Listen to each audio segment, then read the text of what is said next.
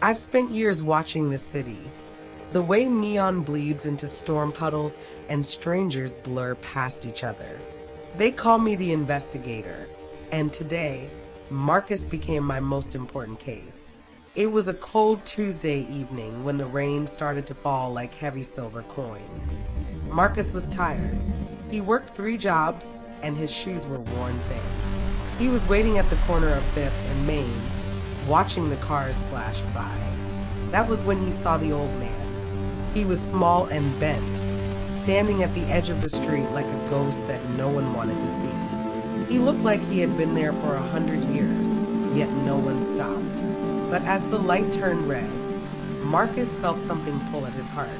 He didn't know that this one small choice would lead him to a door that had been locked since before he was born. Marcus had spent years looking past people like Arthur, treating the city's workers as background noise, never realizing that every gray hair was a page in a book he'd never been taught to read. Marcus lived for the immediate: rent, an empty fridge, the next shift. He wasn't looking for the past, but in this city, the past has a way of hunting you down. As Marcus stepped off the curb, he reached out a hand to the old man. He didn't ask for anything. He just wanted to make sure the old man made it across the wet pavement. He didn't realize that the old man was waiting for someone exactly like him. At 35, Marcus's life was a loop of bitter coffee and heavy boxes, a routine that made him feel like the city was slowly swallowing him whole. He lived in a building where the neighbors didn't know his name. He often wondered if he disappeared. Would anyone notice the empty space he left behind? That evening, the rain was particularly loud. It drummed on the metal bins and hissed against the glass. Marcus just wanted to get home and sleep. But the sight of the old man, shivering in a thin coat, stopped him. The man's eyes were a clear, startling blue, like the sky after a long winter. Marcus walked over and offered his arm. The old man smiled, and it was a smile that seemed to hold a secret Marcus couldn't yet understand. They walked slowly across the street. The old man leaned heavily on Marcus's arm. His hand was rough and cold, like an old stone. When they reached the other side, Marcus started to turn away, but the old man caught his sleeve. He reached into his pocket and pulled out an object. It was a key. It wasn't a normal key like the ones Marcus used for his apartment. This one was heavy and made of yellow metal that glowed even in the dim light of the street lamps. It was covered in dust, as if it had been buried in a drawer for decades. The old man pressed it into Marcus's palm. He didn't say his name. He only whispered a single address and told Marcus that the only thing more valuable than gold is a story that is never forgotten. Before Marcus could ask a single question, the old man turned and walked into the shadows of a nearby alley. Marcus stood there, holding the cold metal, wondering why his heart was suddenly beating so fast. At his kitchen table, Marcus turned the heavy gold key over and over. He tried to dismiss it as a prank, but the cold weight in his palm felt like a command he couldn't ignore. The whispered address led to a decaying hotel on the shipyard's edge. Logic dictated he toss the key and focus on his morning shift, but those startling blue eyes had anchored themselves in his mind. No ordinary door required a key this heavy. He wondered if the old man was still out there in the rain, or if he had vanished into the night for good. The next morning, Marcus didn't go to his first job. He felt a pull he couldn't explain.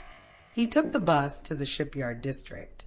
The air there smelled of salt and old rust. He found the building. It was a tall, narrow structure made of red brick. Most of the windows were boarded up. It looked like a place where time had decided to stop. Marcus walked up to the heavy front door and tried the key. It didn't fit. He felt a wave of disappointment. He was about to leave when he remembered the man had been a janitor. He walked around to the side of the building, through a gate that creaked like a crying bird. There, hidden behind a thick wall of ivy, was a small service door. It was made of iron and looked older than the building itself. Marcus held his breath and slid the key into the lock. It turned with a sound like a heavy heartbeat.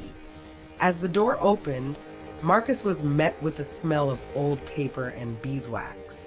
It wasn't a dark, scary basement. It was a hallway lit by small, warm bulbs. He began to walk. He expected to find trash or broken furniture. Instead, he saw rows and rows of shelves. Each shelf was filled with boxes, and each box had a name on it.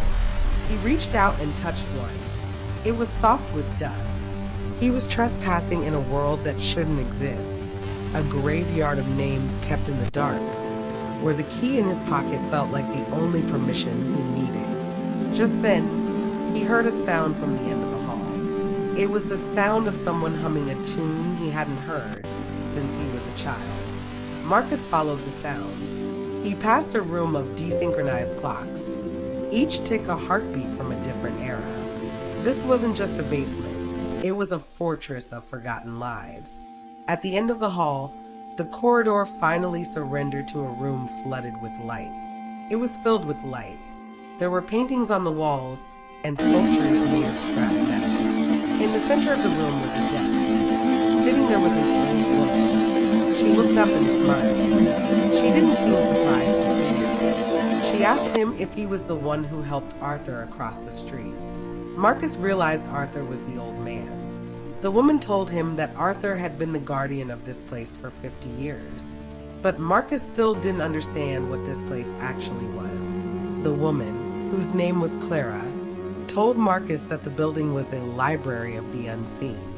Arthur had spent his life collecting the things that people forgot. He collected the journals of teachers, the sketches of street artists, and the letters of soldiers. He believed that no life was too small to be remembered. He was a janitor by trade, but a historian by heart. He used his small wages to rent this space and keep the memories safe. Marcus looked at the walls. He saw a painting of a woman in a blue dress. Clara told him that the woman had been a cook who dreamed of being an artist. Arthur had saved her work from being thrown in the trash after she passed away. Marcus felt a lump in his throat. He looked at his own hands. He thought about his own life. He realized that Arthur hadn't given him a key to money. He had given him a key to a purpose. But then, the heavy sound of boots echoed from the hallway above. A man in a sharp suit walked into the room. He was the manager of the company that owned the building. He didn't look happy. He told Marcus and Clara that the building had been sold. It was going to be knocked down to make room for a new glass tower. He said that the junk in the basement had to be cleared out by the end of the week. Clara's face went pale. She had helped Arthur manage the archives, but she had no legal right to stay. The manager looked at the paintings and the boxes with boredom. He said that history was for museums, not for basements in the shipyard. Anger, cold and unfamiliar, flared in Marcus's chest. He was a man of 3 jobs and 0 influence, yet looking at that golden key, surrender felt like a betrayal he couldn't survive. The manager left, giving them a final warning. Marcus sat on a wooden crate. He felt like he had failed Arthur before he had even started. He looked at the boxes. If they were thrown away, thousands of lives would truly disappear. It would be as if these people had never existed. Marcus thought about his own small apartment. He thought about how he was just another face in the crowd. He realized that if he didn't save this place, he was also losing himself.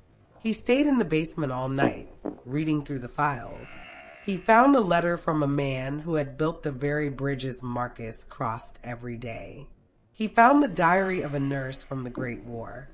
The weight of their stories felt like a mountain. He had to find a way to stop the machines. But the sun was rising, and the time was running out. Marcus sat in the quiet of the morning, watching the dust motes dance in the light.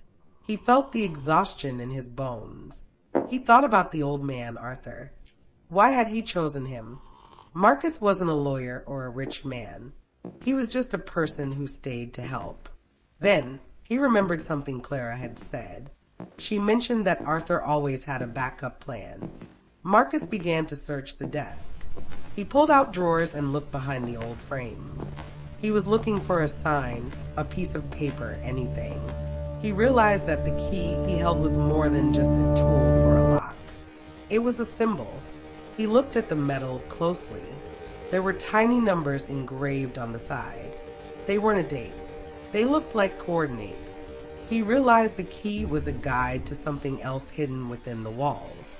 Marcus followed the coordinates to a section of the wall behind a large tapestry. He pushed the stone and it moved. Behind it was a small safe. The stone gave way with a grind of ancient mortar, revealing a hollow space hidden from the world's prying eyes. Inside the safe was Arthur's masterstroke, a half-century-old preservation, order declaring the basement a local landmark. The glass towers would have to wait. The company was legally powerless against the dust. Marcus felt a surge of hope. He grabbed the papers and ran to the local city archive. He had to prove the order was still valid before the bulldozers arrived. He made it just in time. The city officials confirmed the document. The building was protected. When Marcus returned to the shipyard, the machines were already there, but he stood in front of the door with the papers in his hand.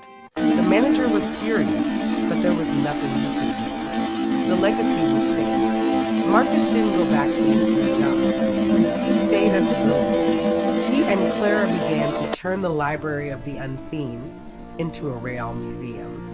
They invited the city to come and see the stories of the people who had built it. Marcus's life had finally broken its loop. Helping Arthur across the street hadn't just changed a destination. It had rewritten Marcus's entire map.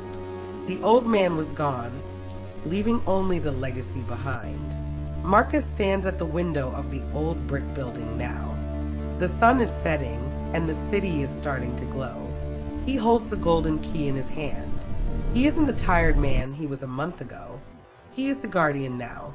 He watches the crowd from his window, no longer seeing a mass of strangers, but 1,000 unread books walking the pavement below. He looks at the corner where he first met Arthur. He wonders if the old man is watching from somewhere. He feels a warmth in his chest that the rain can never wash away. He turns back to the room, ready to open the next box, wondering whose life he will discover next.